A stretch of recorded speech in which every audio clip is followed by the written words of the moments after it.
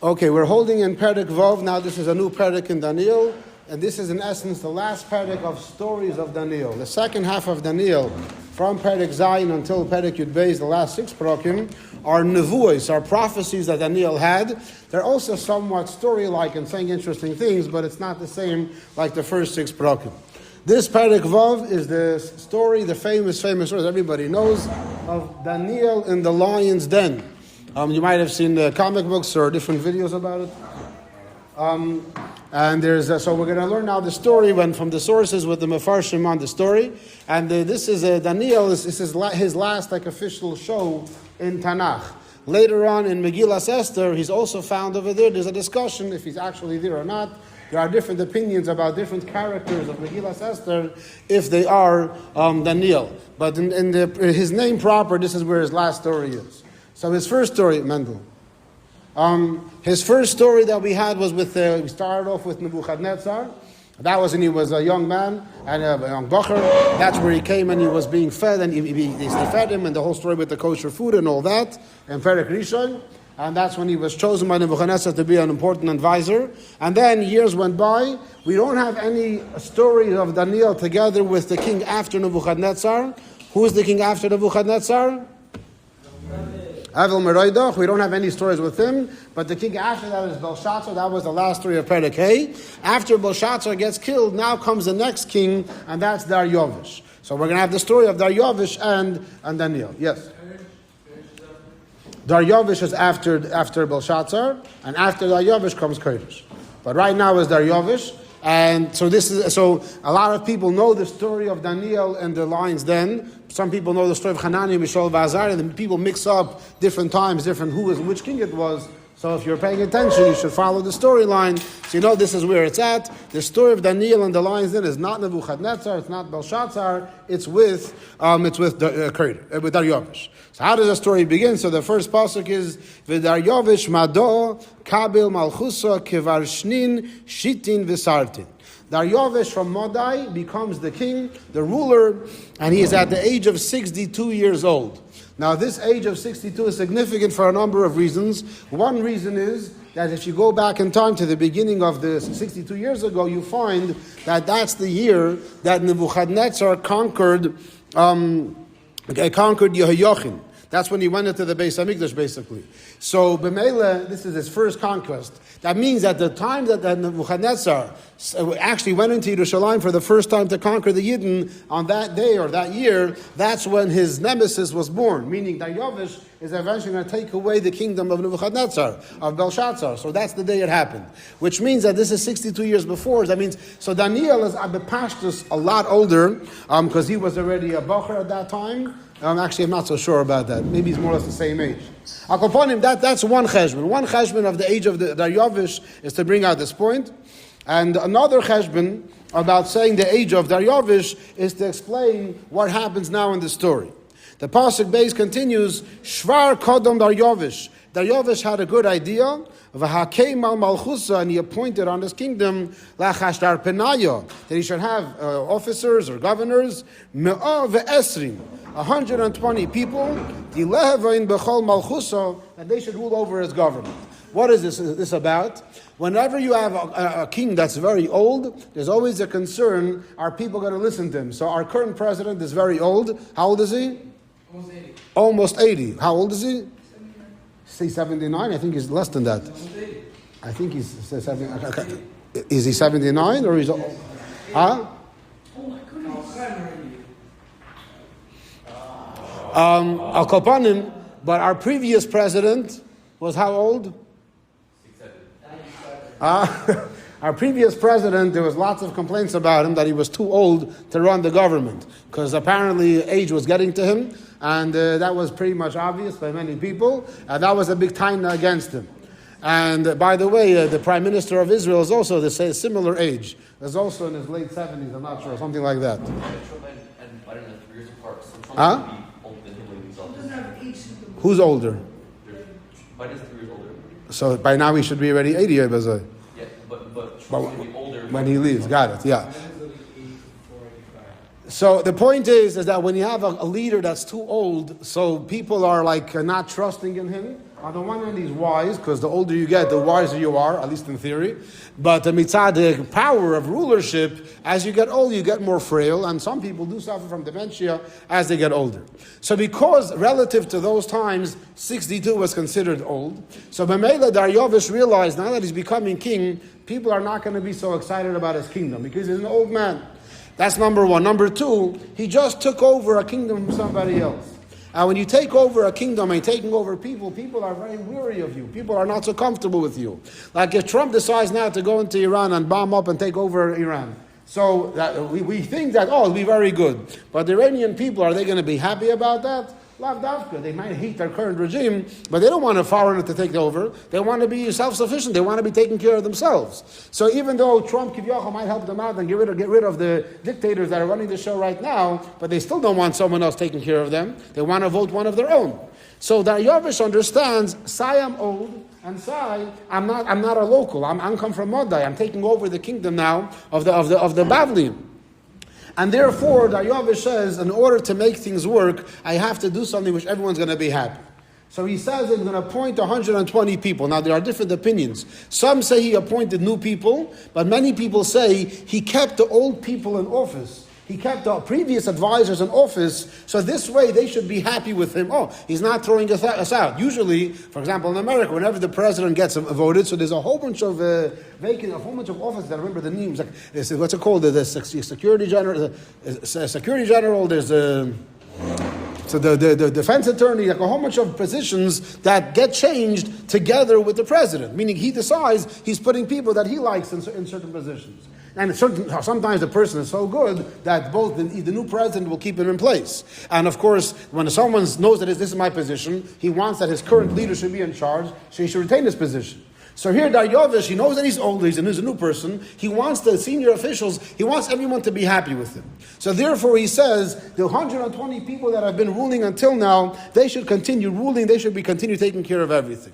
This way, everyone is happy, there isn't such a major change, and there's less of a danger of him being overthrown. In those times, it was very common to constantly have assassination and stuff like that. So these are two reasons we said why the age of 62 and what he ends up doing.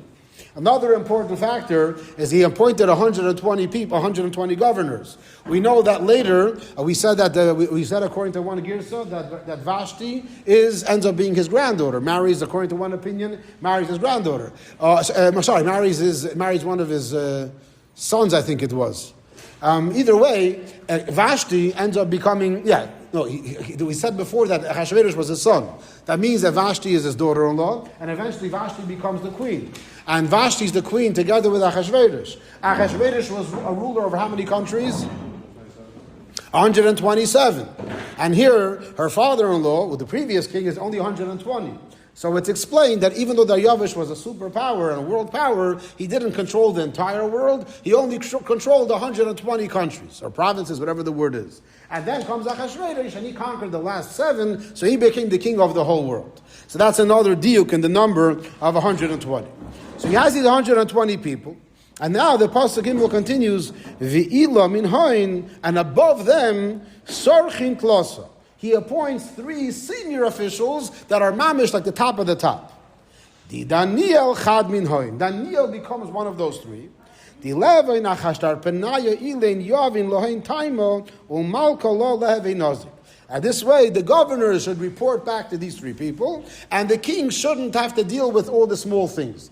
It's like in yeshiva, when you mess up, you go to the dorm counselor or the mashgiach, and only if it's really tough, you go to the guy on top and guy on top. In our yeshiva, there isn't such a big hierarchy, maybe 2 or 3 levels, right? By the mitzvah, you go to your madrich, to him, whatever. But in some yeshivas, you have lots and lots of people to go up to the top. So here, Daryavesh is making the system where every province, every country has its governor, its whatever ruler, and they only report back to the three people in charge of all them, and this way, only when they get stuck, do they come to the king himself. So this way, the king has a more calm life, he's not so busy, and the pasuk points out that Daniel is one of them.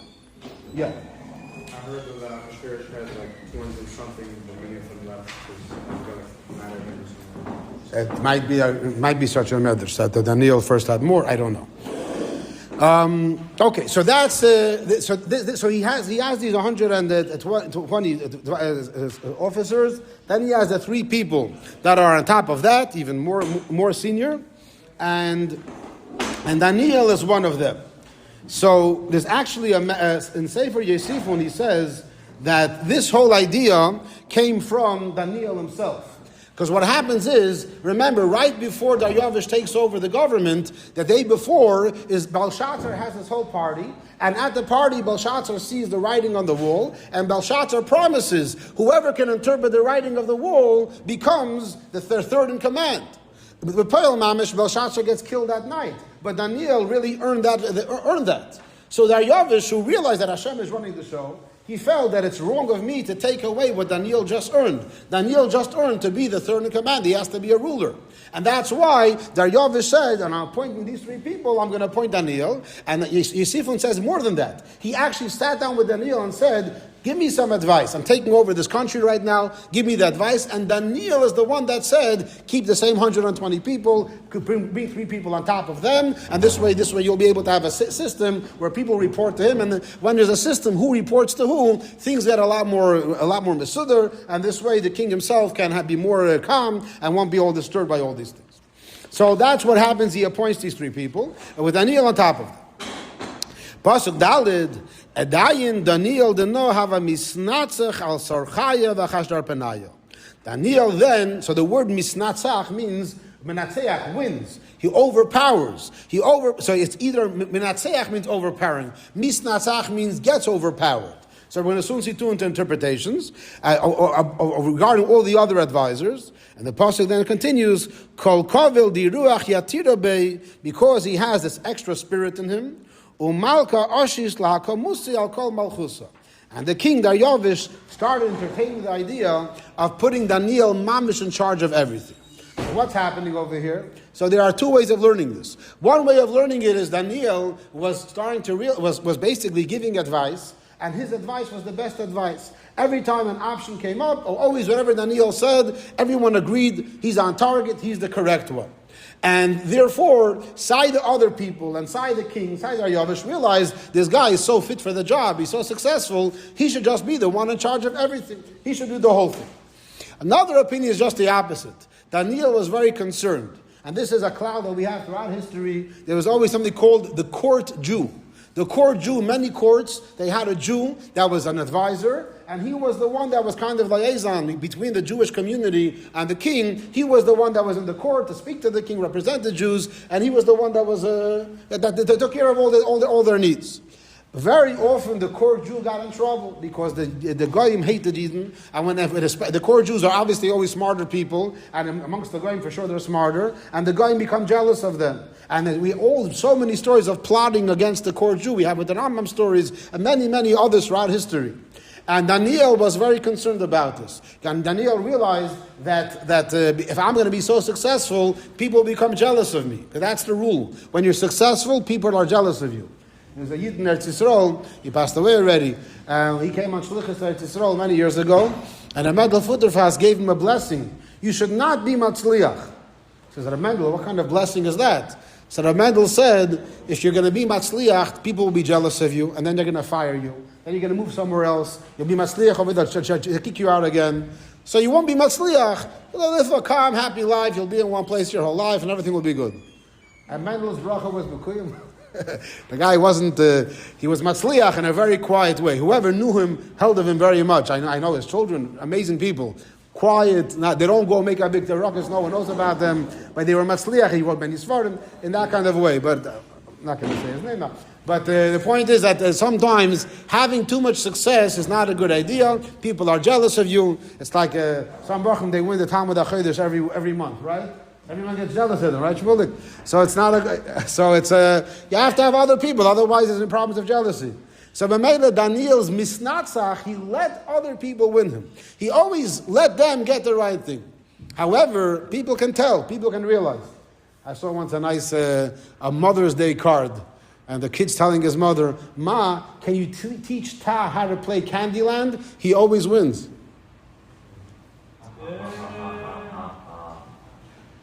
You don't get it. They don't get it. I'll explain it. It's mommy's The mommies always lose to let their kids win.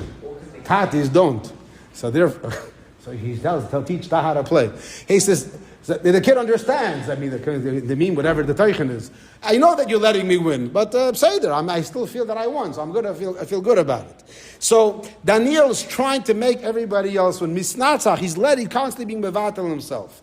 However, it shines through. When you're matzliach, when you're smart, when you're good, it shines through. You can't hide it. And therefore, the Daryavesh realizes this, and he decides that I have to put Daniel in charge, and I have to make him the complete leader. Another detail that the Mefarshim point out is that Daniel at this point is finally being called by his Jewish name. As you remember, Nevuchadnetzar gave him a Goyish name. What was his Goyish name? Belshazzar, which was really a name of Avodah Zarah. And Daniel didn't like it. And finally, he has then his Jewish name. He's so excited he can use his Jewish name publicly, and that's part of the cheshbon that he's feeling in a good place. So, Pasuk Hey is the beginning of the story. The beginning of the story is Adayin Sarchaya v'Chashtar Penaya. Then all the other officials, like 120 and the other two guys, Havu v'ayin ila lashkocha leDaniel mitzad malchusa. What happens is that they realize that Daniel is becoming in charge. Initially they agreed, but then right after that they start feeling jealous. And this is the Seder. Even though they appoint him, but then they start feeling jealous of him when he's actually being matzliach. They don't like it. They wanted him to be there, but they wanted him to fail. And when he starts being matzliach, then they're trying to figure out how can they catch him. They're trying to see what can we do with Daniel. So this is the say, like I said, by the core Jews, the more they're successful, the more they're in danger. And there's many stories. We have Pirkei Avos. Be careful of politics. People get into politics. They think they'll be matzliach.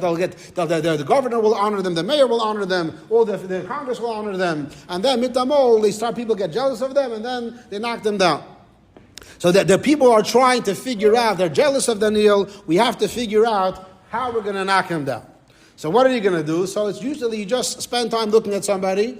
I have a friend of mine. He's a tax lawyer. He tells me that the Jewish community can technically fight the IRS. You guys don't know what this means, but basically the way it works in taxes, for tuition, for different things, we can pay mitzvah certain laws. You can pay tuition from your taxes, and you can. It could be very good for the Jewish community. However, if that happens, the IRS is going to lose lots and lots of money. Millions, probably maybe tens of millions, hundreds of millions of dollars will be lost to the IRS. So b'meila what? So b'meila, the IRS doesn't let anyone actually do it, even though on paper you can. So my friend told me that really, if someone actually fights against the IRS about this Indian, he'll be matzliach. The problem is, if the IRS knows that you're doing it, they're going to attack you. And every single person that makes money has some dreidlach. Everyone breaks some laws. Everyone does certain things that are not 100%. But b'derech klal, we leave you alone. But when we're trying to catch you, we're going to catch you. For example, everybody has at home, you all have cleaning ladies at home? Yeah? Everyone has cleaning ladies? Everyone has cleaning ladies. You pay them on the books? No one pays them on the books. You give them cash, right? No one pays cleaning ladies on the books. That's illegal. Every single one of you, chas v'sholem, They're illegal. They're illegal. That's also that's an aver on you. So you're hiring an illegal, what's the name, person. Every single person, illegal alien. Every single person is breaking the law. Technically, the IRS can come into you, or I don't know which exactly office. It's illegal. Whenever you pay someone, you have to pay on the books where your money went, and they have to report their earnings. It has to be a seder. So the government knows that people don't do it, but they don't care. I'm not going to bother you. You don't bother me. All these things, there's millions of things that you can do that the government can catch you on. Because it's you cross the street not by the red light. You cross the middle. It's called jaywalking. It's illegal.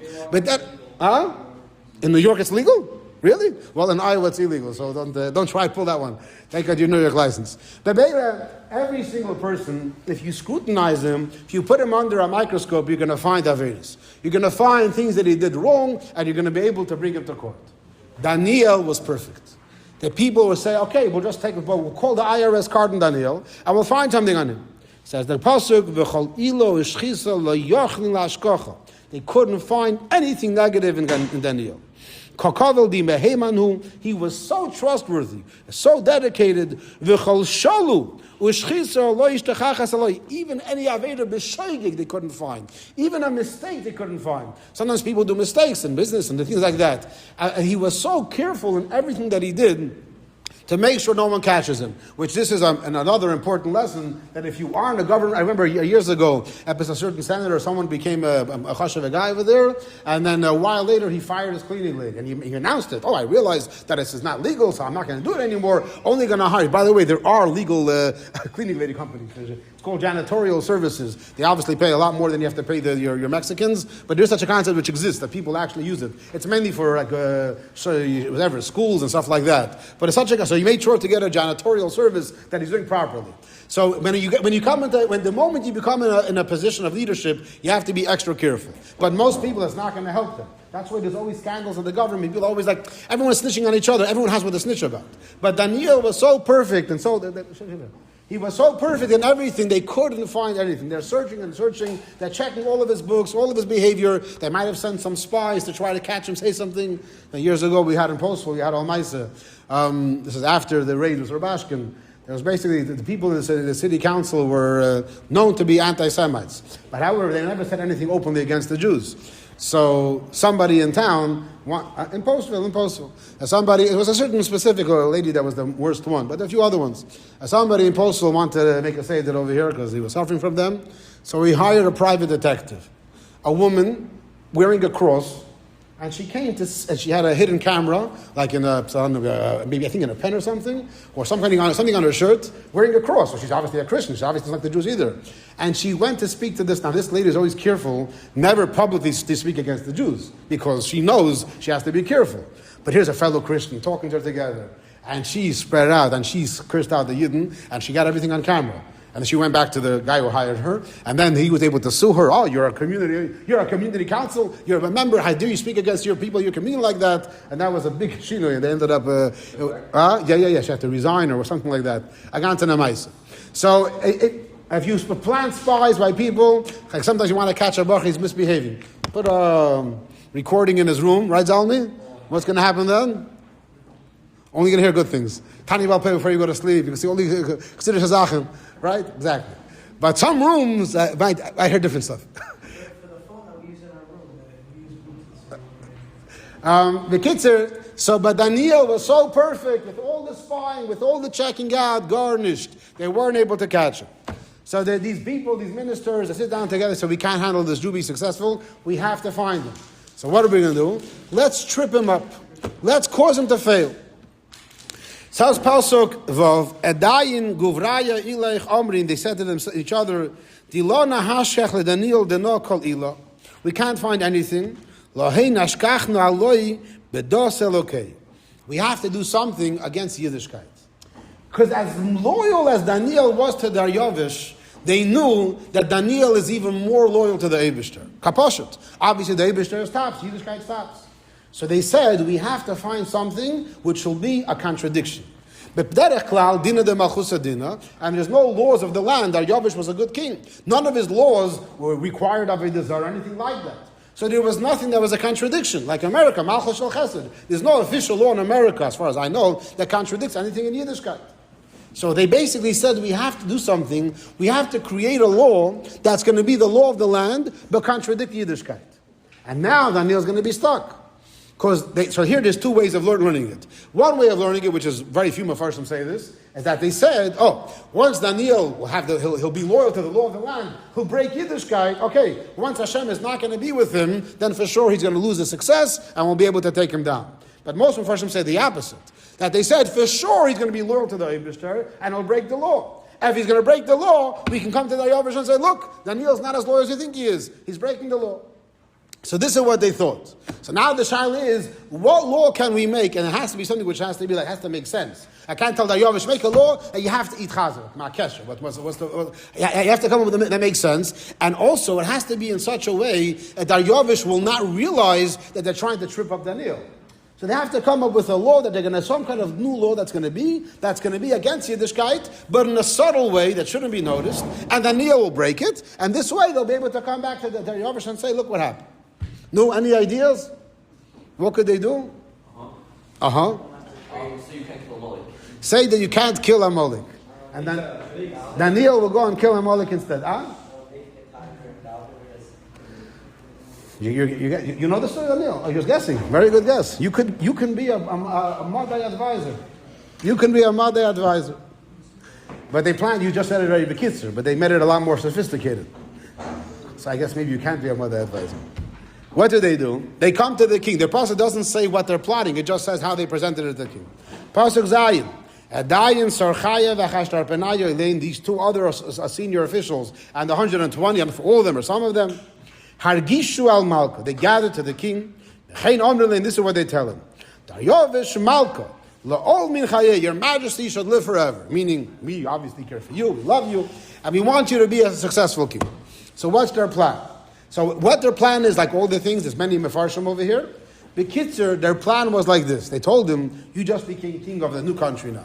Everyone likes you, you had such good ideas, you have the 120 advisors, and you're a good, everything is very good. But you have to have a shtickl stolz. You can't just be a pushover. Everyone's taking care of everything. You have to have some system where people recognize that you are the king. We're thinking about it, we're noticing everyone's coming to us the whole time, talking to us. You have to talk to you also. We want to make a law that from now on, for the next 30 days, anyone that wants anything has to ask it from you. Meaning, if anyone wants to request anything, so the request should come through you. Any special request should come to you. No asking us, no asking others, no asking any of the gods, no asking any of the other of the spirits, nothing else. In other words, no davening. In other words, you could daven in 30 days. But these 30 days, all the davening is going to go towards you. Not that you're God, but just to make a point, a statement in the kingdom that you are the one in charge. That we should realize everything has to go through you. So this is they're saying this, we're trying to help you out. We're thinking about it. So we're the one that deals with the people. We're the 120 advisors. We're talking to everybody. And we see that there's a shtickl chalishus by you. Like people are looking at you like you're sitting in your palace, have no idea what's flying. No one knows who you are. No one respects you, b'chlal. We have to give you this chshivas. Yeah. How did he fall for that? Well, we know the inside story, so it's hard to realize differently. But I'm telling you... We know that his main advisor, one of the closest people next to him is not crazy. So we're going to see later how that works, but it can be. It's like sometimes the dorm counselor can go to the manal and tell them, listen, thank you very much for giving me this job that I'm taking care of all this chavra, but I think in certain cases, for your honor, for your respect, you should take care of these individual chavra. I think it'll be better for everyone if you take care of them and you leave it off of me. Just it'll be better for you, not for me, right? Let the bachim, if they want anything, they should come ask for you. Not on your jurisdiction, huh? So, okay, this is tricky. According to some, they said any new things, not any old things. Any new laws that they want to enact, meaning the old regular system, we're going to keep running. But anyone has a new request, something special, new, that has to go through you. Wait, that's okay. Again, we're skipping right into the story. Okay, Mitzvah Hashem will continue next time.